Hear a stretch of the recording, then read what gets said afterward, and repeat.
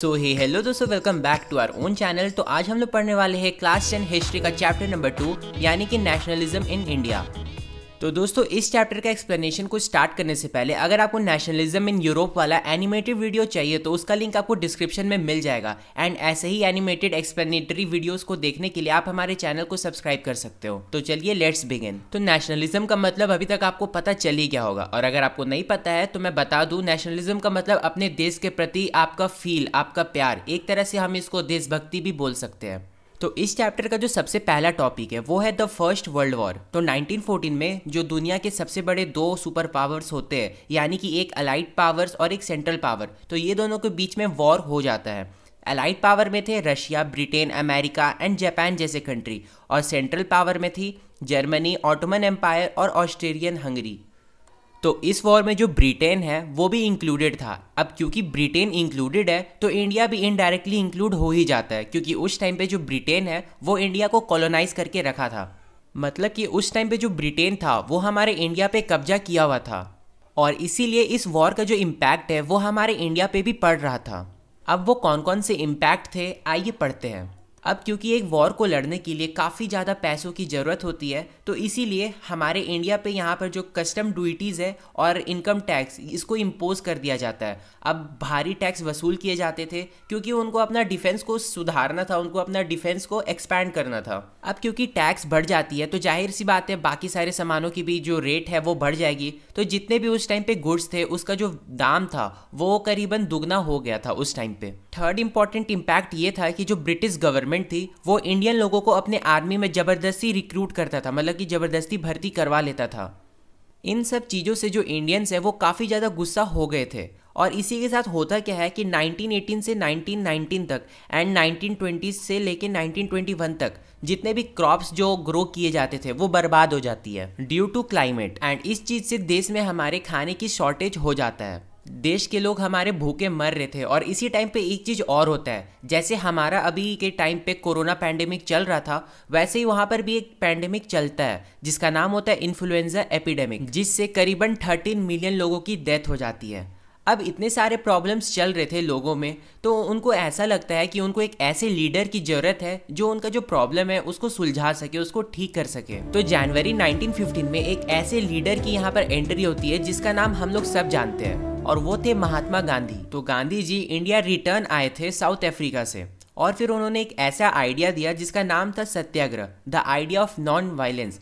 गांधी जी का कहना यह था कि हम लोग जो भी मूवमेंट करेंगे, जो भी लड़ाई लड़ेंगे, वो प्रेम भाव से करेंगे, ना ही कोई वेपन का यूज होगा और ना ही कोई अस्त्र शस्त्र जो भी बोलते हैं उसका। सत्य की राह पर चलना है और एकदम पीसफुल मैनर में हमारा जो ये फाइट है उसको हम लोग लड़ेंगे। इससे पहले 1906 में गांधी जी साउथ अफ्रीका में अपना फर्स्ट सत्याग्रह मूवमेंट को ऑर्गेनाइज करवाए थे, और वो था रेसिज्म के अगेंस्ट में। तो ये मूवमेंट साउथ अफ्रीका में बहुत ज्यादा सक्सेसफुल रहा था, और इसीलिए गांधी जी एक अच्छा खासा पॉपुलैरिटी को गेन कर लेते हैं साउथ अफ्रीका में। और इसीलिए जब वो इंडिया वापस आए तो उन्होंने इंडिया के 3 अलग अलग जगह में सत्याग्रह आंदोलन को करवाया। तो सबसे पहला सत्याग्रह 1917 में बिहार के चंपारण में हुआ था, और ये इंडिगो फार्मर्स के लिए किया गया था, क्योंकि जो ब्रिटिशर्स थे वो इन फार्मर्स को मीन्स फोर्स करते थे कि ये अपने जो जमीन है उसमें इंडिगो के क्रॉप को उगाए। तो प्रॉब्लम ये था कि इस क्रॉप को उगाने के बाद उनका जो जमीन था, उनका जो लैंड था वो बंजर हो जाता था। और दूसरा ये था कि उनको जो ब्रिटिशर्स है वो बहुत कम पैसे देते थे इस चीज को करने के लिए। तो एक तो उनको पैसे भी कम मिल रहे थे, और दूसरा उनका जो जमीन था वो भी खराब हो रहा था। तो गांधी जी इन सारे फार्मर्स को आश्वासन देते हैं, इनको इंस्पायर करते हैं, और साथ में इस प्लांटेशन सिस्टम के खिलाफ आवाज उठाते हैं। यहाँ पर सक्सेस मिलने के बाद गांधी जी फिर जाते हैं 1917 में खेड़ा, गुजरात में। खेड़ा डिस्ट्रिक्ट के भी जो फार्मर्स थे वो भी काफी ज्यादा परेशान थे, और वो परेशान इसलिए थे क्योंकि जो उनका क्रॉप था वो फेल हो जाता है, एंड वहां पर एक प्लेग नाम का महामारी भी चल रहा था। अब इन सब से होता क्या है कि जो ब्रिटिश गवर्नमेंट है वो समझ नहीं रही थी और इनसे भारी टैक्स वसूल कर रही थी, एंड ये जो फार्मर्स है वो टैक्स नहीं दे पा रहे थे। तो गांधी जी इनको सपोर्ट करते हैं और लॉन्च करते हैं अपना दूसरा सत्याग्रह फॉर रिलैक्सेशन। तो ये वाला भी मूवमेंट है वो सक्सेसफुल हो जाता है, एंड फार्मर्स को यहाँ पर राहत दे दी जाती है, उनसे टैक्स नहीं वसूल किया जाता है। इसके बाद गांधी जी 1918 में जाते हैं अहमदाबाद, जो कि गुजरात में है। तो यहाँ पर जो कॉटन मिल वर्कर्स थे उनको बहुत कम सैलरी दिया जाता था, और उस टाइम पे जो महंगाई है वो भी काफ़ी ज़्यादा बढ़ रही थी। तो ये जो वर्कर्स है वो अपने सैलरी को बढ़ाने के लिए डिमांड कर रहे थे। तो जो हमारे गांधी जी है वो अपना थर्ड सत्याग्रह को यहाँ पर लॉन्च करते हैं और डिमांड करते हैं इनके वेजेस को बढ़ाने के लिए, एंड ये मूवमेंट भी सक्सेसफुल जाता है। अब दोस्तों जो अलग अलग आंदोलन हो रहे थे देश के अलग अलग हिस्सों में, तो इस चीज़ को देख करके जो ब्रिटिशर्स है उनको आ जाता है गुस्सा। तो फिर ब्रिटिशर्स एक लॉ को पास कर देते हैं जिसका नाम होता है रॉलेट एक्ट। तो ये एक्ट 1919 में इंपीरियल लेजिस्लेटिव काउंसिल के द्वारा पास किया गया था, मतलब कि ब्रिटिश पार्लियामेंट जो इंडिया के अंदर था। इस लॉ की वजह से जो ब्रिटिश गवर्नमेंट है उसको बहुत ज़्यादा पावर मिल जाता है। और इस एक्ट में था क्या कि अगर आप कोई भी रिवॉल्यूशनरी एक्टिविटी करते हुए पकड़े जाते हो तो आपको सीधे 2 साल के लिए जेल हो जाएगा, वो भी बिना किसी ट्रायल का, मतलब कि वो अपने आप को बेकसूर भी प्रूफ नहीं कर पाएंगे उसके बाद। और ये लॉ इंडियंस के लिए इतना ज़्यादा ख़राब था कि इस लॉ का एक दूसरा नाम भी था और वो था ब्लैक लॉ। तो ब्रिटिश गवर्नमेंट क्या करती थी, अगर उसे किसी पे भी शक होता था तो वो उसे डायरेक्ट उठा करके जेल में डाल देता था, भले ही वो कोई कॉमन आदमी हो चाहे वो कोई भी पॉलिटिकल लीडर हो। तो फिर इस चीज़ को देख करके गांधी जी एक रॉलेट सत्याग्रह को भी पास करते जो कि एक वाइड नेशन सत्याग्रह था। मतलब कि अभी तक जितने भी मूवमेंट हो रहे थे वो कहीं ना कुछ डिस्ट्रिक्ट से एसोसिएटेड था, लेकिन ये जो सत्याग्रह था ये पूरे नेशन के लिए था। तो गांधी जी क्या कहते हैं, वो 6 अप्रैल को पूरे देश के अंदर एक शांतिपूर्वक हड़ताल करेंगे। और गांधी जी के कहने पर 6 अप्रैल को पूरा जो देश है वो हड़ताल पे उतर जाता है। रेलवेज, रोडवेज, दुकान, ऑफिस सबको बंद कर दिया जाता है, वर्कर्स स्ट्राइक पर चले जाते हैं। देश के अलग अलग कोनों में रैलीज को ऑर्गेनाइज किया जाता है। और इन सब चीज़ों को देख करके जो ब्रिटिश गवर्नमेंट है वो काफ़ी ज़्यादा डर जाती है। उन्हें ऐसा लगता है कि कहीं ये लोग जो हमारा कम्युनिकेशन लाइन है उसको ना ख़राब कर दे। तो फिर ब्रिटिश गवर्नमेंट पॉलिटिकल लीडर्स को पकड़ पकड़ के जेल में डालना शुरू कर देता है। अमृतसर के बहुत सारे जो लीडर्स हैं, लोकल लीडर्स, उनको जेल में डाल दिया जाता है और गांधी जी को भी दिल्ली जाने से मना कर देते हैं, मतलब कि उनको बैरियर लगा दिया जाता है दिल्ली जाने से। ये सब तो फिर भी ठीक चल रहा था, लेकिन होता क्या है कि 10 अप्रैल को पुलिस अमृतसर में हो रहे एक शांतिपूर्वक प्रोटेस्ट के ऊपर गोली चला देती है। इस चीज़ को देख के लोग काफ़ी ज़्यादा गुस्सा हो जाते हैं और फिर वो बैंक्स, पोस्ट ऑफिस और रेलवे स्टेशन में जा करके तोड़फोड़ मचाना स्टार्ट कर देते हैं। सिचुएशन बहुत ज़्यादा ख़राब होने लगती है और इन हमलों को देख करके ब्रिटिश गवर्नमेंट जो है वो मार्शियल लॉ लगा देती है। मार्शियल लॉ में होता क्या है कि जो पावर है वो मिलिट्री को दे दिया जाता है, और उस टाइम पे मिलिट्री का जो कमांड था वो था जनरल डायर के पास। तो 13 अप्रैल को बहुत सारे लोग अमृतसर के जालियांवाला बाग में आकर के इकट्ठा हुए थे। क्योंकि इस बाग में बैसाखी का मेला लगा हुआ था, इसलिए बहुत सारे लोग वहां पर बैसाखी मनाने ही आए थे। ये बहुत ज़्यादा इनोसेंट थे और इनको ये नहीं पता था कि देश में मार्शियल लॉ लगा हुआ है। तो ये सारे लोग आराम से अपना जो बैसाखी का मेला है उसको एंजॉय कर रहे थे। लेकिन इस बाग में कुछ ऐसे भी लोग थे जो रॉलेट एक्ट का विरोध करने के लिए आए थे। और जब ये बात जनरल डायर को पता लगता है तो वो अपने मिलिट्री के साथ यहाँ पर आता है और बाग के सारे दरवाजों को बंद करवा देता है और फिर वो लोगों के ऊपर अंधाधुंध फायरिंग स्टार्ट कर देता है। और बहुत सारे लोग, मतलब कि मैक्सिमम ऑफ देम, उनका यहाँ पर जान चला जाता है। और इसी इंसिडेंट को कहा जाता है जालियांवाला बाग मैसेकर। और इस चीज़ से जो पूरा देश है वो हिल जाता है। नॉर्थ इंडिया के बहुत सारे लोग रोड्स पे आने लगते हैं, स्ट्राइक्स करने लगते हैं, जनता और पुलिस के बीच में लड़ाई होने लगती है और बहुत सारे लोग गवर्नमेंट बिल्डिंग्स पे भी अटैक करने लगते हैं। और इन सब चीज़ों का ब्रिटिश गवर्नमेंट उतना ही सख्ती से जवाब भी देता है। लोगों को नाक रगड़वाया जाता है, उनको क्रॉल करने को कहा जाता है, उनको ज़बरदस्ती सैल्यूट करने के लिए बोला जाता है। बहुत सारे लोगों के ऊपर यहाँ पर कोड़े बरसाए जाते हैं, बहुत सारे गांव के ऊपर बम गिराया जाता है। और ये सब चीज़ को देख के गांधी जी काफ़ी ज़्यादा नाराज़ हो जाते हैं। वो कभी ऐसा नहीं चाहते थे कि यहाँ पर वॉयलेंस हो, और इसीलिए वो अपना जो रॉलेट सत्याग्रह है उसको कॉल ऑफ कर लेते हैं, मतलब कि उसको बंद करवा देते हैं। लेकिन यहाँ पर एक चीज़ गांधी जी को लगता है, और वो ये लगता है कि अगर उनको आज़ादी चाहिए तो उनको इससे और बड़ा आंदोलन को करना है। पर इसके लिए जो हिंदू है और मुस्लिम है उनका एक होना जरूरी है। और अगर हिंदू मुस्लिम एक हो जाएंगे, जो मूवमेंट होगा वो बहुत बड़े स्केल पे होगा। तो आइए देखते हैं कि ये दोनों कैसे एक होते हैं। तो जो हिंदूज है वो डिमांड कर रहे थे स्वराज का, मतलब कि इंडिपेंडेंस, और वो किसके अगेंस्ट में फाइट कर रहे थे? ब्रिटिशर्स के अगेंस्ट में। वहीं जो मुस्लिम्स है वो काम कर रहे थे खिलाफत इशू पे। तो ये खिलाफत इशू क्या था? तो उस टाइम पे जो वर्ल्ड वॉर चल रहा था उसमें बहुत सारे कंट्रीज लड़ रहे थे। उनमें से एक था ब्रिटेन और टर्की। ये लोग दोनों भी आपस में लड़ रहे थे। और उस टाइम पे जो टर्की का हेड था, मतलब कि टर्की का जो राजा था वो था कैलिफट, जिसको हिंदी में खलीफा भी बोला जाता है। और ये जो राजा था वो इस्लामिक हेड माना जाता था। एंड जितने भी वर्ल्ड के मुस्लिम्स थे वो इनका काफ़ी ज़्यादा रिस्पेक्ट करती थी। तो इसमें हुआ क्या कि जो टर्की है वो हार जाता है, और कहीं ना कहीं ऐसा अफवाह फैलने लगता है कि जो ब्रिटेन है वो खलीफा के ऊपर, मतलब कि टर्की के राजा के ऊपर कोई हार्श ट्रीटी को इम्पोज करने वाला है। जिससे ये लोग मुसीबत में आने वाले हैं। तो इसी बात से जो मुस्लिम्स थे उनको ये लग रहा था कि उनके हेड के ऊपर बहुत ज़्यादा हार्श ट्रीटी इम्पोज होने वाला है, और इसीलिए इंडियन मुस्लिम्स ब्रिटिशर्स के ऊपर काफ़ी ज़्यादा गुस्सा होने लगते हैं।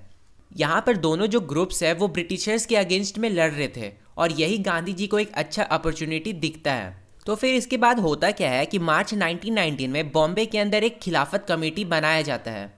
ये कई सारे यंग मुस्लिम लीडर्स के द्वारा बनाया गया था, जिसमें से फेमस नाम था मोहम्मद अली एंड शौकत अली। तो ये दोनों गांधी जी से मास एक्शन के टॉपिक में डिस्कस करते हैं, मतलब कि क्या वो कोई बड़ा एक्शन बड़े तादाद पर कर सकते हैं या फिर नहीं। गांधी जी इसी मौके का तलाश कर रहे थे, और वो कहते हैं कि हाँ, अगर ये दो कम्युनिटी आपस में मिल जाती है तो एक बहुत बड़े तादाद में यहाँ पर प्रोटेस्ट हो सकता है। उसके बाद तुम लोग खिलाफत इशू को अपना सॉल्व कर लेना और हम लोग अपना स्वराज का देख लेंगे। तो यहाँ पर यही सब डिस्कशन होता है। अब सितंबर 1920 में कलकत्ता में एक कांग्रेस सेशन होता है, जिसमें गांधी जी दूसरे लीडर्स को भी कन्विंस कर लेते हैं इस प्रोटेस्ट के लिए, इस मूवमेंट के लिए। और फिर जब सब कुछ डिस्कस हो जाता है तो गांधी जी एक नॉन कॉरपोरेशन मूवमेंट को स्टार्ट करने का सोचते हैं, मतलब कि असहयोग आंदोलन। तो यहाँ पे एक काफ़ी अच्छा क्वेश्चन बनता है कि वाई नॉन कॉपरेशन, मतलब कि Gandhi ji non cooperation movement ही क्यों करना चाहते थे। और इसका जवाब गांधी जी ने बहुत पहले 1909 में ही अपने बुक हिंद स्वराज में दे दिया था। उनका कहना ये था कि ब्रिटिशर्स इंडिया पे इसलिए रूल कर पाए क्योंकि हमारे लोगों ने उनको कॉपरेट किया था, और अगर इंडिया के लोग ब्रिटिशर्स के साथ कॉपरेट करना, मतलब अपना सहयोग देना बंद कर देंगे, तो 1 साल के अंदर ही हमारे देश के अंदर से ब्रिटिश रूल ख़त्म हो जाएगा और हमको स्वराज मिल जाएगा। और इसीलिए गांधी जी ये चाहते थे कि जो इंडियंस है वो ब्रिटिशर्स के साथ कोऑपरेट ना करे। That's why non cooperation. तो अब आइए हम इस नॉन कोऑपरेशन मूवमेंट के लिए गांधी जी क्या कहते हैं उसको देखते हैं। तो गांधी जी सबसे पहले ये बोलते हैं कि उनको जो गवर्नमेंट ये टाइटल्स दिए हैं उसको सरेंडर करना पड़ेगा। सेकेंड, वो ये बोलते हैं कि जो ब्रिटिश गवर्नमेंट की सर्विसेज है उनको उसको बायकॉट करना पड़ेगा, लाइक कि civil services, army, police, court, school, foreign goods. तो उनका ये कहना था कि ना ही वो इनका इस्तेमाल करेंगे और ना ही इनमें काम करेंगे। और थर्ड, वो ये कहते हैं कि अगर ब्रिटिश गवर्नमेंट उनका ये मूवमेंट को ये दबाने का कोशिश करेंगे, यानी कि अगर वो नॉन कॉपरेशन मूवमेंट को सप्रेस करना चाहेंगे, तो वो फिर एक सिविल डिसोबीडियंट कैंपेन को भी लॉन्च कर देंगे। तो फिर इसके बाद 1920 के समर में गांधी जी और शौकत अली दोनों निकल पड़ते हैं देश के अलग अलग कोनों में और जाके वहाँ पर प्रचार करने लगते हैं नॉन कॉपरेशन मूवमेंट का। उनका एम था कि वो ज़्यादा से ज़्यादा लोगों को नॉन कॉपरेशन के बारे में बता सके और उनका जो मूवमेंट होगा वो बहुत ब्रॉड लेवल पे हो। लेकिन जो इंडियन नेशनल कांग्रेस थी वो नॉन कॉपरेशन मूवमेंट का सपोर्ट नहीं कर रही थी। अब क्यों भला? क्योंकि कुछ कारण थे, और पहला कारण ये था कि गांधी जी ये चाहते थे कि ब्रिटिश सर्विस, जितने भी ब्रिटिश सर्विसेज है सभी का बायकॉट होना चाहिए। लेकिन जो कांग्रेस थी वो नवंबर 1920 में हो रहे कांग्रेस इलेक्शन का बायकॉट नहीं चाहती थी। उनका मानना ये था कि अगर वो काउंसिल इलेक्शन जीत जाएंगे तो उनके पास कुछ गवर्नमेंटल पावर आ जाएगी और फिर हम ब्रिटिश की पॉलिसीज पर कुछ चेंजेस कर पाएंगे। दूसरा ये था कि उनको ये डर था कि कहीं ना कहीं ये जो नॉन कॉपरेशन मूवमेंट है वो वायलेंस क्रिएट करेगा। तो इन्हीं दो चीज़ों के कारण जो कांग्रेस है वो अपना सपोर्ट नहीं दे रही थी। लेकिन फिर दिसंबर के 1920 कांग्रेस नागपुर सेशन में जो कांग्रेस है वो नॉन कॉपरेशन मूवमेंट को अडॉप्ट कर लेती है। मतलब कि अब नॉन कॉपरेशन मूवमेंट करने के लिए गांधी जी के पास हिंदू का जो सपोर्ट था ही, उनको मुस्लिम का और कांग्रेस का भी सपोर्ट मिल गया था। एंड फिर फाइनली जाकर के 1920 जनवरी में नॉन कॉपरेशन मूवमेंट को स्टार्ट कर दिया जाता है। अब नेक्स्ट हमारा टॉपिक है differing stands with in the movement. तो इस टॉपिक में हम सबसे पहले देखेंगे कि जो टाउन्स है उसमें मूवमेंट कैसे स्टार्ट होता है और इवेंचुअली कैसे होता है। अब टाउन्स में मोस्टली मिडिल क्लास लोग पार्टिसिपेट किए थे। तो उसमें होता क्या है कि 1000 से ज़्यादा बच्चे, कॉलेज और स्टूडेंट्स जाना छोड़ देते हैं। टीचर्स और हेडमास्टर वहाँ पर रिज़ाइन कर देते हैं। लॉयर्स अपना लीगल जो प्रैक्टिस वो लोग करते हैं वो करना छोड़ देते हैं। सारे पॉलिटिकल पार्टीज़ ने वहाँ पर जो काउंसिल इलेक्शन होने वाला था उसको बायकॉट कर दिया। फॉरेन गुड्स को भी बायकॉट किया गया। लिकर शॉप को पिक्ट कर दिया, मतलब कि लोगों को वहाँ पर जाने से मना कर दिया। एंड फॉरेन क्लोथ्स को जला दिया। अब इन सभी चीज़ों के कारण होता क्या है कि जो फॉरेन क्लोथ का इम्पोर्ट है वो आधा से भी कम हो जाता है। जो मर्चेंट्स होते हैं वो फॉरेन गुड्स को खरीदना और बेचना बंद कर देते हैं। और इस वजह से होता क्या है कि जो इंडियन टेक्सटाइल मिल्स है और हैंडलूम्स का जो प्रोडक्शन होता है वो बढ़ जाता है। स्वदेशी कपड़े बनने लगते हैं और हमारे जो इंडियंस है वो फॉरेन क्लोथ्स की जगह हमारा अपना देसी जो खादी होता है उसको पहनने लगते हैं। लेकिन फिर बाद में जाकर के धीरे धीरे ये जो मूवमेंट है ये शहर के अंदर स्लो डाउन होने लगता है। और वो क्यों स्लो डाउन होता है आइए देखते हैं। तो पहला रीज़न तो यही था कि जो इंडियन क्लोथ्स थे, जो खादी के कपड़े थे, वो हैंडमेड थे और इसीलिए वो काफ़ी ज़्यादा एक्सपेंसिव थे। जो गरीब लोग थे उनको मजबूरी में आकर के फॉरेन क्लोथ्स को पहनना पड़ता है, क्योंकि जो फॉरेन क्लोथ्स थे वो मशीन से बनते थे और चीप थे, मतलब कि सस्ते थे। अब दूसरा कारण ये था कि जो बच्चे इंस्टीट्यूट, कॉलेज और स्कूल्स को छोड़ दिए थे वो अब कहाँ पढ़ेंगे, क्योंकि उस टाइम पे इंडियन इंस्टीट्यूट बहुत कम थे। तो मजबूरी में आकर के बहुत सारे बच्चे और टीचर्स गवर्नमेंट स्कूल और कॉलेज में वापस से जाकर के ज्वाइन होने लगे। और यही सेम चीज़ होता है लॉयर के साथ, और फिर वो भी मजबूरी में आकर के गवर्नमेंट कोर्ट्स को ज्वाइन करने लगते हैं। तो इन्हीं सब रीजंस के कारण नॉन कॉपरेशन मूवमेंट सिटीज़ में स्लो डाउन होने लगा। अब हम लोग पढ़ेंगे rebellion in the country side, मतलब कि गांव के इलाका में ये मूवमेंट कैसे चला और आगे जाकर के क्या हुआ। तो ग्रामीण इलाकों में दो आंदोलन चल रहे थे। पहला था पीजेंट्स का और दूसरा था ट्राइबल पॉपुलेशन का, मतलब कि आदिवासियों का। तो पीजेंट्स के साथ क्या होता है कि वो अवध में बहुत ज़्यादा परेशान थे तुलकदार्स और बड़े बड़े लैंडलॉर्ड से, क्योंकि वो लोग बहुत ज़्यादा रेंट वसूलते थे इन किसानों से और वो लोग इनसे बेगार भी करवाते थे, मतलब कि ये उनसे ज़बरदस्ती छोटा मोटा काम भी करवा लेते थे जिसका पैसा वो लोग नहीं देते थे।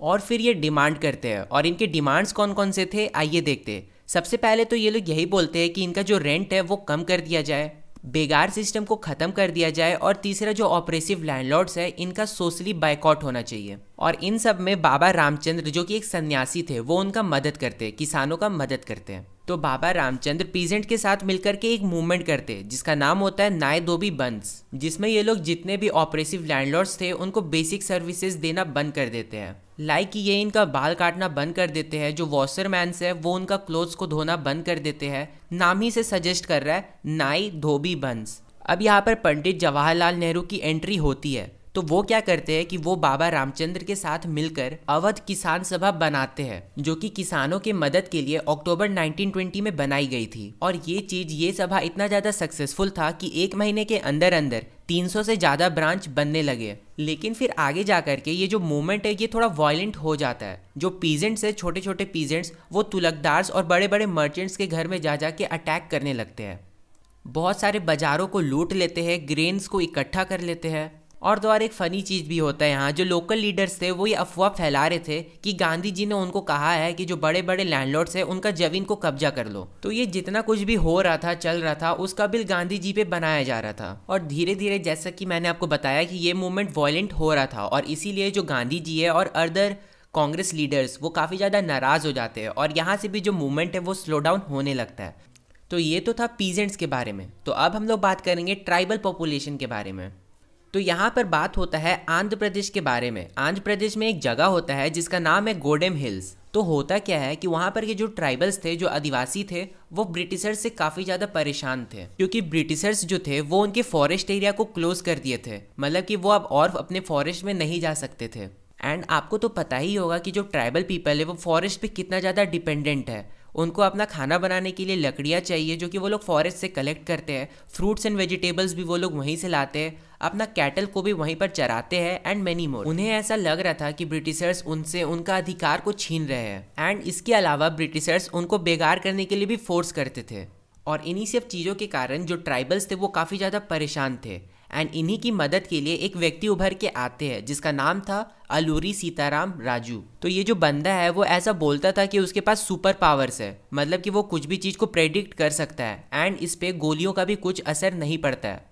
ये गांधी जी से काफ़ी ज़्यादा इंस्पायर्ड थे और ये कहते थे कि आपको भी खादी कपड़ा पहनना चाहिए, शराब नहीं पीना चाहिए। लेकिन ये गांधी जी के एक बात पे डिसएग्री करते थे, और वो था नॉन वायलेंस का। इनका कहना ये था कि अगर देश को आज़ादी दिलवाना है तो वो नॉन वायलेंस से नहीं, वायलेंस से होगा।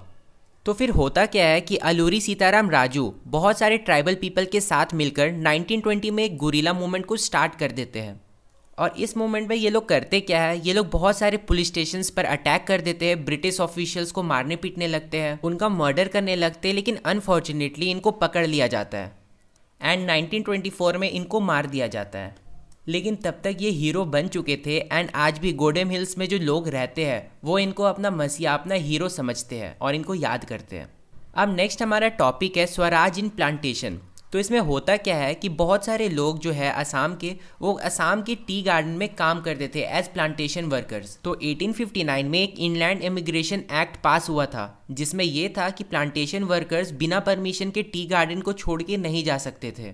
लेकिन जब इन वर्कर्स को पता लगा कि गांधी जी ने नॉन कॉपरेशन मूवमेंट को स्टार्ट किया है तो बहुत सारे वर्कर्स इन टी गार्डन और प्लांटेशन फील्ड्स को छोड़ करके भागने लगते हैं। मीनवाइल जब ये भाग रहे होते हैं तो ब्रिटिश पुलिस इनको पकड़ लेती है और इनको बहुत बुरी तरीके से मारा जाता है। यहाँ पर मैंने आपको जितने भी नॉन कॉपरेशन मूवमेंट के बारे में बताया, हमने सिटीज़ के बारे में देखा, कंट्री साइड के बारे में देखा, गांव, ट्राइबल पीपल, प्लांटेशन वर्कर्स, सब के बारे में देखा। और यहाँ पर हम लोग ये नोटिस कर पा रहे हैं कि लोग यहाँ पर गांधी जी के नॉन कॉपरेशन मूवमेंट को अलग अलग तरीके से इंटरप्रेट कर रहे हैं और सारे जगहों पर ये जो मूवमेंट है वो कहीं ना कहीं वॉयलेंट होते गया।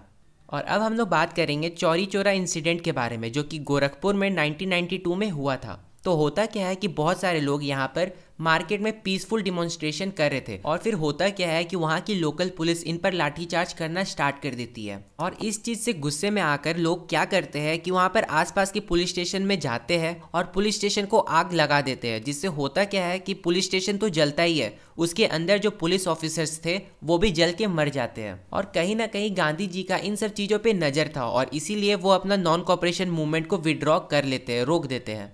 तो यहाँ पर ये जो मूवमेंट है वो फ्लॉप हो जाता है, वो ख़त्म हो जाता है। अब हम लोग नेक्स्ट पढ़ेंगे towards the civil disobedient movement. तो गांधी जी ये समझ चुके थे कि मास स्ट्रगल करने से पहले लोगों को अच्छे से ट्रेन करना ज़्यादा ज़रूरी है। लोगों को ये पता होना चाहिए कि उस मूवमेंट को करने का तरीका क्या है और उसका मकसद क्या है। अब इवेंचुअली ये सब चीज़ को देख करके कांग्रेस को ऐसा लगता है कि उनको मास स्ट्रगल करने से ज़्यादा यहाँ पर उनको कौंसिल इलेक्शन की तरफ ध्यान देना चाहिए, क्योंकि एक बार अगर वो कौंसिल इलेक्शन को जीत जाते हैं तो वो ब्रिटिश पॉलिसी को कौंसिल में रह के आराम से चेंज कर सकते हैं। तो फिर CR दास और मोतीलाल नेहरू दोनों मिलकर के एक स्वराज पार्टी को फॉर्म करते हैं, जो कि फॉर्म हुआ था 1 जनवरी 1923 में। लेकिन जो पंडित जवाहरलाल नेहरू थे और सुभाष चंद्र बोस थे वो लोग इस चीज़ में पार्टिसिपेट नहीं करते हैं। इनका कहना ये था कि अगर हमें स्वराज चाहिए तो और बड़ा स्ट्रगल करने की ज़रूरत है, ना कि हमें इलेक्शन लड़ने की। अब अभी के लिए हम इन बातों को साइड पे रख देते हैं और बात करते हैं वो फैक्टर्स का जो कि हमारे इंडियन पॉलिटिक्स को शेप किया। तो सबसे पहला फैक्टर था ग्रेट इकोनॉमिक डिप्रेशन का। ये चीज़ हम लोग क्लास 9 में पढ़ चुके थे, लेकिन मेरा आप पे पूरा भरोसा है आप लोग इस टॉपिक को भूल गए होंगे। तो होता क्या है कि 1929 में इकोनॉमिक डिप्रेशन आता है और इसके चलते जो हमारा एग्रीकल्चरल प्राइस है वो काफ़ी ज़्यादा घट जाता है, एक्सपोर्ट कम हो जाता है और हमारे जो किसान है वो अपना क्रॉप्स को बेच नहीं पाते हैं। और अगर बेच ही नहीं पाएंगे तो टैक्स क्या देंगे, तो वो लोग टैक्स भी पे नहीं कर पा रहे थे। तो ये था पहला रीज़न। और दूसरा रीज़न था साइमन कमीशन का। तो देखो, ब्रिटेन में एक गवर्नमेंट था जिसका नाम था टोरी गवर्नमेंट। तो ये क्या करती है, एक कमीशन को बनाती है और इस कमीशन के जो हेड थे उनका नाम था सर जॉन साइमन और इसीलिए इसका नाम साइमन कमीशन भी रखा गया था। और इस कमीशन का जो मेन ऑब्जेक्टिव था वो ये था कि इंडियन कॉन्स्टिट्यूशन को रिव्यू करना और कुछ सजेशन को सजेस्ट करना, क्योंकि इंडियंस ब्रिटिश के इस पुराने कॉन्स्टिट्यूशन से खुश नहीं थे। लेकिन इस कमीशन का प्रॉब्लम ये था कि इसमें सिर्फ और सिर्फ 7 मेंबर्स थे और वो सातों मेंबर्स ब्रिटिशर्स थे, इसमें इंडियंस नहीं थे। तो होता क्या है कि जब ये कमीशन 1928 में इंडिया में आता है तो बहुत सारे लोग इसका विरोध करते हैं और वो लोग नारा लगाते हैं साइमन गो बैक का। और बहुत ज़्यादा प्रोटेस्ट, बहुत ज़्यादा हंगामा होने लगा। और ये चीज़ को देख करके ब्रिटिश गवर्नमेंट को ऐसा लगता है, उस टाइम पे ब्रिटिश गवर्नमेंट का जो वॉइसरॉय था वो था लॉर्ड इरविन। तो वो लॉर्ड इरविन क्या करता है, हमें 2 ऑफर देता है। पहला ऑफर वो ये देता है कि आप डोमिनेशन स्टेटस ले लो, मतलब कि सब कुछ आप ही का होगा, आप ही डोमिनेट करना, आप ही रूल करना, लेकिन इंडिया रहेगा ब्रिटिशर्स के अंदर ही। एंड दूसरा ऑफर वो ये देते हैं कि हम एक राउंड टेबल कॉन्फ्रेंस करेंगे जिसमें इंडिया का फ्यूचर कॉन्स्टिट्यूशन के बारे में डिस्कशन किया जाएगा। लेकिन जो हमारा कांग्रेस था वो इन दोनों से सेटिस्फाई नहीं था, स्पेशली रेडिकल्स लोग जो गर्म स्वभाव के थे, जैसे कि जवाहरलाल नेहरू और सुभाष चंद्र बोस। इनका कहना ये था कि हमें छोटी मोटी इंडिपेंडेंस नहीं चाहिए, हमें पूर्ण स्वराज चाहिए, मतलब कि फुल इंडिपेंडेंस। इसीलिए जवाहरलाल नेहरू एक रिजोल्यूशन को पास करते हैं दिसंबर 1929 लाहौर कांग्रेस सेशन में, और वो ये कहते हैं कि हमें पूर्ण स्वराज चाहिए, मतलब कि वो ऑफिशियली डिमांड कर देते हैं पूर्ण स्वराज का। और इसीलिए वो एक चीज़ और अनाउंस करते हैं, और वो ये अनाउंस करते हैं कि 26 जनवरी 1930 को वो इंडिपेंडेंस डे सेलिब्रेट करेंगे और हम लोग शपथ भी लेंगे। लेकिन अफसोस इस बात को ज़्यादा टेंशन नहीं मिलता है और बहुत कम लोग 26 जनवरी 1930 को इंडिपेंडेंस डे सेलिब्रेट करते हैं। अब हम लोग नेक्स्ट बड़ा टॉपिक पढ़ेंगे जो कि है the salt march and the civil disobedient movement. अब गांधी जी को ऐसा लगता है कि मूवमेंट स्टार्ट करने से पहले लोगों को यहाँ पर यूनाइट किया जाए, और इसीलिए वो एक जरिया ढूंढ रहे थे जिससे लोगों को यूनाइट किया जा सके। और ये सारी खूबियाँ गांधी जी को दिखती है नमक में। अब यहाँ पर एक क्वेश्चन बन सकता है कि गांधी जी ने सॉल्ट को एज अ पावरफुल सिंबल क्यों यूज़ किया नेशन को यूनिफाई करने के लिए। तो इसका आंसर 3 पॉइंट्स में है। सबसे पहला तो जो नमक है वो सभी लोग कंज्यूम करते हैं, रिच पुअर अमीर गरीब सब लोग कंज्यूम करते हैं। सेकंड ये था कि जो ब्रिटिश गवर्नमेंट है वो भारी टैक्स वसूल करती थी सॉल्ट से। और थर्ड पॉइंट है कि हमें ये मोनोपोली नहीं था कि हम खुद का नमक बना सके, हमारे ही देश के नमक को हमें ही बेच करके टैक्स वसूलते थे और उल्टा हमें अपना नमक भी नहीं बनाने देते थे। और ये जो प्रॉब्लम था ये पूरा देश का था और इसीलिए गांधी जी ने सॉल्ट को चूज़ किया, नमक को चूज़ किया as a powerful symbol to unify nation. तो होता क्या है कि 31 जनवरी 1930 को महात्मा गांधी एक लेटर लिखते हैं लॉर्ड इरविन को और उस लेटर में उन्होंने अपना 11 डिमांड्स को रखा था, जिसमें से मेन डिमांड ये था कि सॉल्ट लॉ को हटा दिया जाए।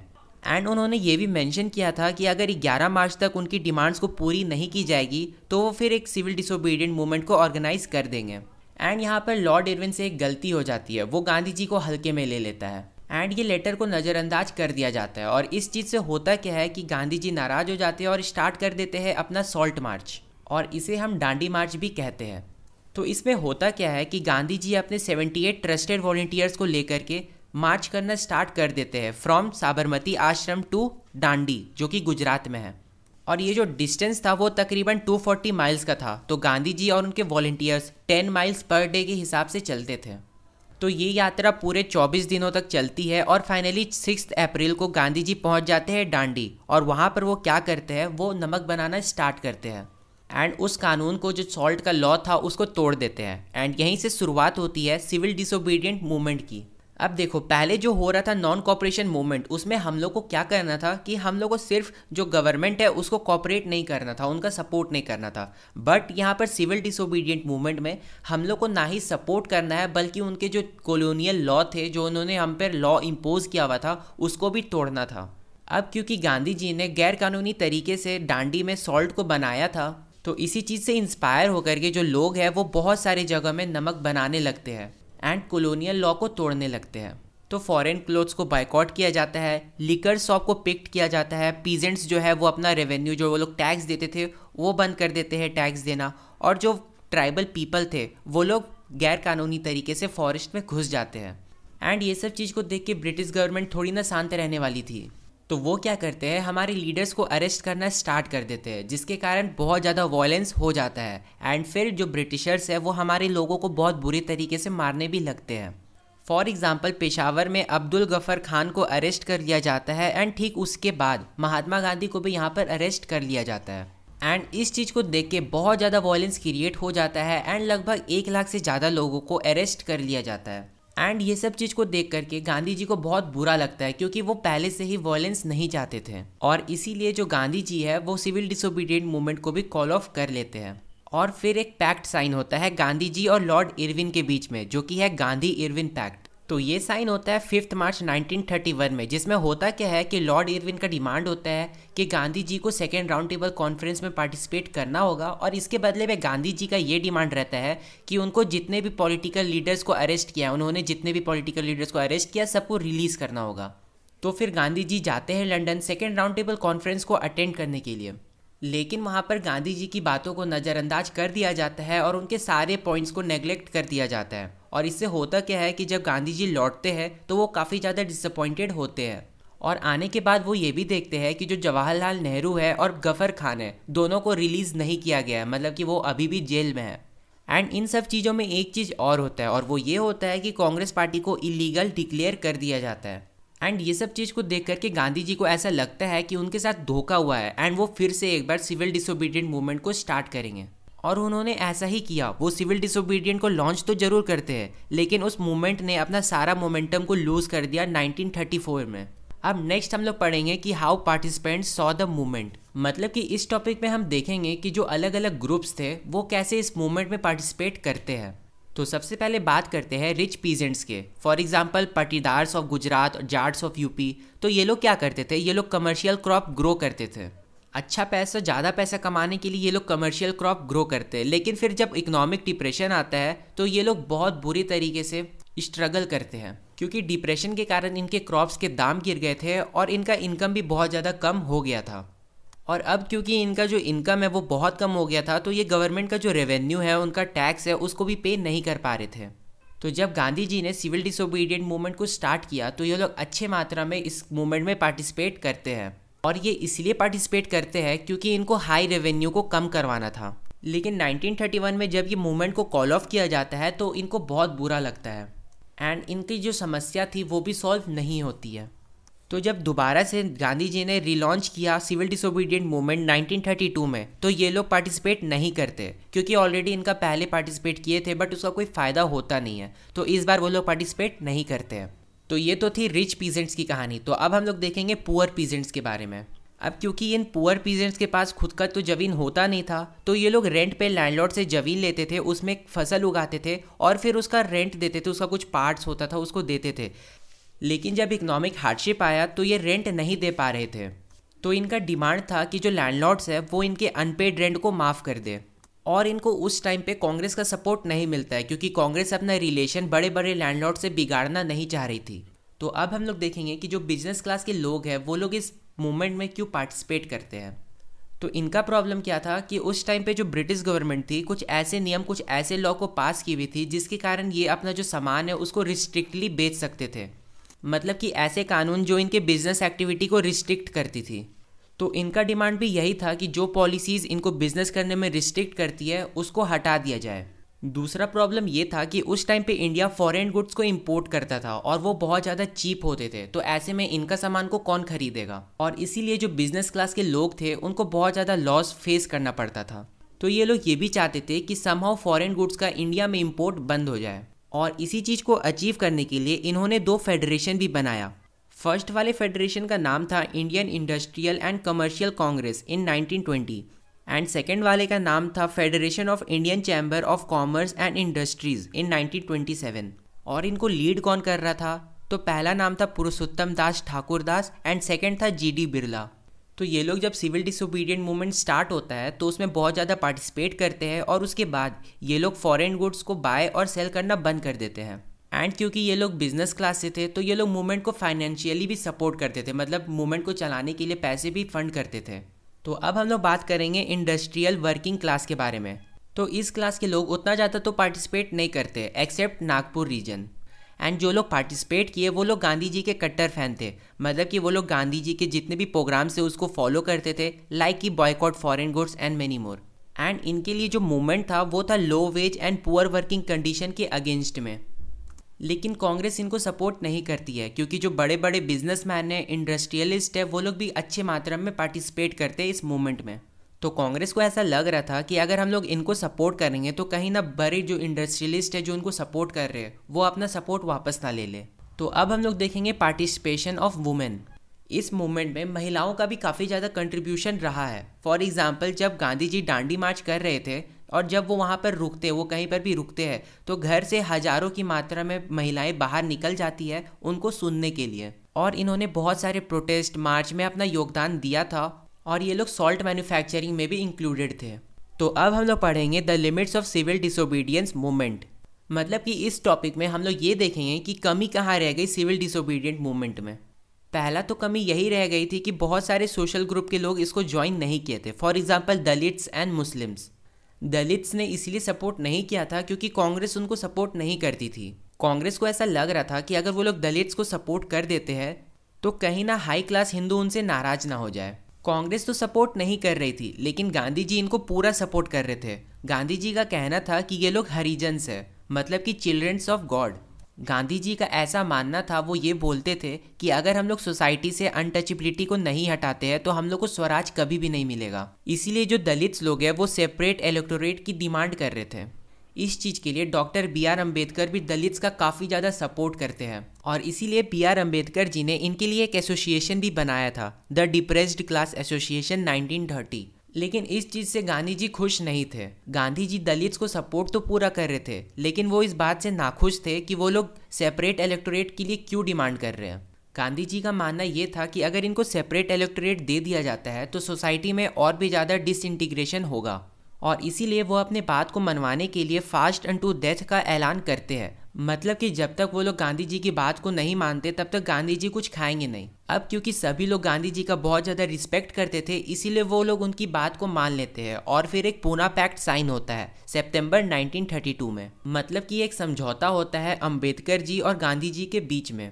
तो इसमें यह था कि गांधी जी कहते हैं कि मैं सेपरेट इलेक्टोरेट तो नहीं, लेकिन मैं प्रोविजनल और सेंट्रल लेजिस्लेटिव काउंसिल में इनके लिए एक अलग से सीट को रिजर्व करवा दूंगा। तो ये तो थी दलित कम्युनिटी की बात। अब हम लोग बात कर लेते हैं मुस्लिम कम्युनिटी की। अब ये लोग इसलिए पार्टिसिपेट नहीं करते हैं क्योंकि मैंने आपको पहले बताया था कि जब नॉन कॉपरेशन मूवमेंट स्टार्ट हुआ था तो हिंदू और मुस्लिम दोनों साथ में मिल करके स्ट्रगल कर रहे थे। तो उस टाइम पे तो सब यूनाइटेड थे, लेकिन धीरे धीरे यहाँ पर रिलीजन के बेसिस पे बहुत सारे ऑर्गेनाइजेशन बनने लगे। फॉर एग्जांपल हिंदू में बनने लगा हिंदू महासभा और मुस्लिम में जो जाना माना था वो था मुस्लिम लीग। तो जब ये ऑर्गेनाइजेशन पावर में आने लगे तो इन दोनों सोशल ग्रुप्स हिंदू और मुस्लिम के बीच में टेंशन बनने लगा। लेकिन फिर लेटर और 1927 में कांग्रेस और मुस्लिम दोनों मिलकर के अलाइंस बनाना स्टार्ट कर देते हैं ताकि दोनों में यूनिटी बने रहे, और ये लोग दोनों मिलकर के साथ में ब्रिटिशर्स से लड़े। मुस्लिम कम्युनिटी के एक बहुत फेमस लीडर थे जिसका नाम था मोहम्मद अली जिन्ना। तो उन्होंने मुस्लिम्स के लिए एक अलग से सेपरेट इलेक्टोरेट का डिमांड किया, जिसको रिजेक्ट कर दिया कांग्रेस ने। कांग्रेस का कहना था कि एक जॉइंट इलेक्टोरेट ही होना चाहिए, और फिर बाद में जाकर के मोहम्मद अली जिन्ना इनकी बात को एग्री कर लेते हैं। लेकिन इनके कुछ कंडीशंस थे, और वो कंडीशंस ये थे कि इन्होंने ये डिमांड किया था कि सेंट्रल असेंबली में 1/3 ऑफ द सीट मुस्लिम्स के लिए रिजर्व होनी चाहिए, और बंगाल और पंजाब में जितनी मुस्लिम पॉपुलेशन है उसी हिसाब से वहाँ पर उनको सीट्स मिले। लेकिन कांग्रेस ने उनकी इन बातों को नहीं माना, और इसीलिए कांग्रेस और मुस्लिम लीग के बीच में डिफरेंस बढ़ते गया। और इसीलिए जब गांधी जी ने सिविल डिसोबीडिएंट मूवमेंट को लॉन्च किया था तो मुस्लिम लोगों ने अपना सपोर्ट नहीं दिया। अब नेक्स्ट हमारा जो टॉपिक है उसका नाम है the sense of collective belonging. मतलब कि इस टॉपिक में हम लोग पढ़ेंगे कि लोगों में सेंस ऑफ कलेक्टिव बिलोंगिंग मतलब कि अपनापन कैसे आता है। तो यहाँ पर हम लोग 5 पॉइंट्स को डिस्कस करेंगे, तो जल्दी जल्दी इन पॉइंट्स को डिस्कस कर लेते हैं और इस चैप्टर को ख़त्म करते हैं। सबसे पहला पॉइंट है यूनाइटेड स्ट्रगल। मतलब कि उस टाइम पे इंडिया में जितने भी लोग हैं उनका मेन एम था, मेन विजन था इंडिया को आज़ादी दिलवाना ब्रिटिशर्स से। अब क्योंकि यहाँ पर सबका एक ही विजन था तो सभी लोग मिल करके यहाँ पर स्ट्रगल करते हैं और सब लोग कहीं ना कहीं यूनाइट होते हैं। सेकेंड पॉइंट है यहाँ पर कल्चरल प्रोसेसेस। उस टाइम पे लोग देश के कल्चर से रिलेट करना स्टार्ट कर दिए थे। Folk stories, folk songs, regional language, तो इन सभी चीज़ों से लोग जो है वो रिलेट करने लगते हैं और साथ में यूनाइट होते हैं। तीसरा है यहाँ पर फिगर्स एंड इमेजेस। तो जैसा कि मैंने आपको यूरोपियन रिवॉल्यूशन वाले चैप्टर में बताया था कि कैसे वहाँ यूरोप के लोग फीमेल्स के फिगर्स को यूज़ करते थे एक सेंस ऑफ कलेक्टिव बिलोंगिंग बनाने के लिए, जिसको हम लोग एलिगरी भी बोलते हैं। जैसे कि एग्जाम्पल भी दे देता हूँ, जो फ्रांस है उसकी एलिगरी थी मैरियन और जर्मनी की थी जर्मेनिया। तो ठीक उसी तरीके से 20th सेंचुरी में भारत को रिप्रेजेंट किया जाता है भारत माता से, और भारत माता की सबसे पहली पिक्चर बंकिम चंद्र चट्टोपाध्याय ने बनाई थी। एंड उन्होंने भारत माता की सराहना में एक गीत भी लिखा था और उस गीत का नाम है वंदे मातरम। एंड फिर बाद में जाकर के अबिंद्रनाथ टैगोर ने भारत माता की पेंटिंग को रीडिज़ाइन किया था, जिसमें वो काम, कंपोज, डिवाइन और स्पिरिचुअल दिख रही थी। अब फोर्थ है हमारा फ्लैग। फ्लैग के भी वजह से बहुत सारे लोग यहाँ पर यूनाइट हुए थे। तो बहुत सारे फ्लैग बनना स्टार्ट हो गए थे जिससे लोग यहाँ पर यूनाइटेड फील कर रहे थे। फॉर एग्जाम्पल यहाँ पर बंगाल में एक फ्लैग बनता है, तो वो एक ट्राइकलर फ्लैग था, ग्रीन, येलो एंड रेड से बना हुआ था। एंड उसके ऊपर वाले जो पोर्शन है उसमें 8 लोटस भी रिप्रेजेंट किए हुए थे, जो कि ब्रिटिश इंडिया की प्रोविंसीज को डिस्प्ले करता है। फिर आगे जाकर के 1921 में गांधी जी ने भी एक फ्लैग बनाया था जो कि एक ट्राइकलर फ्लैग था, रेड, ग्रीन और वाइट से, और उसके बीच में एक स्पिनिंग व्हील था, मतलब कि चरखा था, और ये रिप्रेजेंट करता था सेल्फ हेल्प के आइडिया को। अब लास्ट पॉइंट है री इंटरप्रिटेशन ऑफ हिस्ट्री। मतलब कि जब लोगों को ये समझ में आया कि हिस्ट्री में, एंशिएंट टाइम में हमारा जो देश है वो काफ़ी ज़्यादा विकसित था, काफ़ी ज़्यादा डेवलप्ड था, चाहे वो आर्ट हो चाहे वो एग्रीकल्चर हो, हमारा जो देश था वो काफ़ी ज़्यादा विकसित था, इतने अच्छे अच्छे रिलीजन थे, कल्चर था हमारा। लेकिन जब से अंग्रेज आए तो हमारा जो कल्चर है वो डिक्लाइन होते गया है। और अगर हमको वापस से सब कुछ अच्छा चाहिए तो सबसे पहले तो हमें ब्रिटिश रूल से इंडिया को आज़ादी दिलवाना पड़ेगा। तो ऐसे जो हमारा देश है और हमारे देश के जो लोग हैं वो यूनाइटेड होते रहते हैं, और नेशनलिज्म की जो फीलिंग है वो सब में आ जाती है, और बाद में जाकर के हमारे देश को आज़ादी भी मिल जाती है।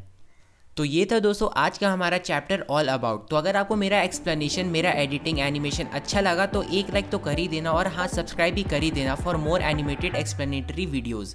तो मिलते हैं किसी अगले वीडियो में, तब तक के लिए bye bye, take care and हाँ, थैंक्स फॉर वॉचिंग।